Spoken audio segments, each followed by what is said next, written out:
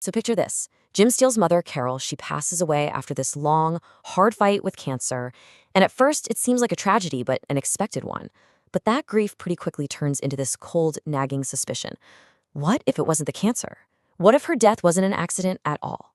This is the unbelievable story of how one son's love for his mother launched an investigation that tore his own family apart to find the truth. And it all started with this, a note.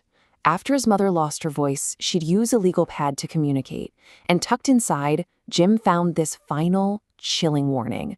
Just 3 words. Don't trust Brida. That single sentence was the spark that ignited everything, launching a private, painful, and ultimately shocking investigation. Okay, so to really get what happened, we need to rewind a bit, back to the beginning of the end.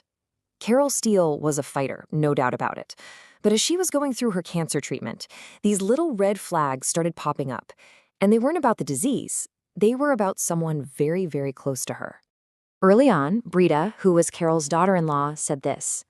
Now, on the surface, I just don't want her to suffer. Sounds like compassion, right? But Jim recalls the tone. It felt different. It felt chilling. Almost like a decision that had already been made.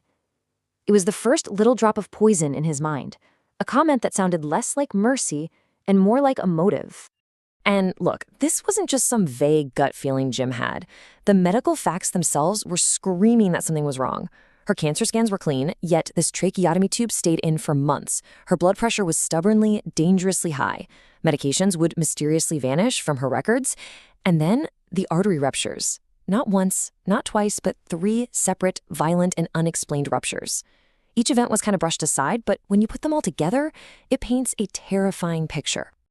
Now, take a look at the timeline of Carol's last 24 hours. It is just staggering. At 9 p.m., Jim is so worried he calls the on-call doctor, begging them to move his mom to the ICU.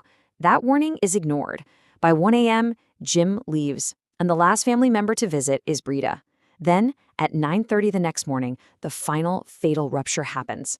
And when it does, her nurse is gone, the call button, no one answers. This wasn't just a medical failure. This was a complete, catastrophic breakdown of care. So after Carol died, you'd think the hospital would want to help, right? Give the family answers? Nope. The exact opposite happened.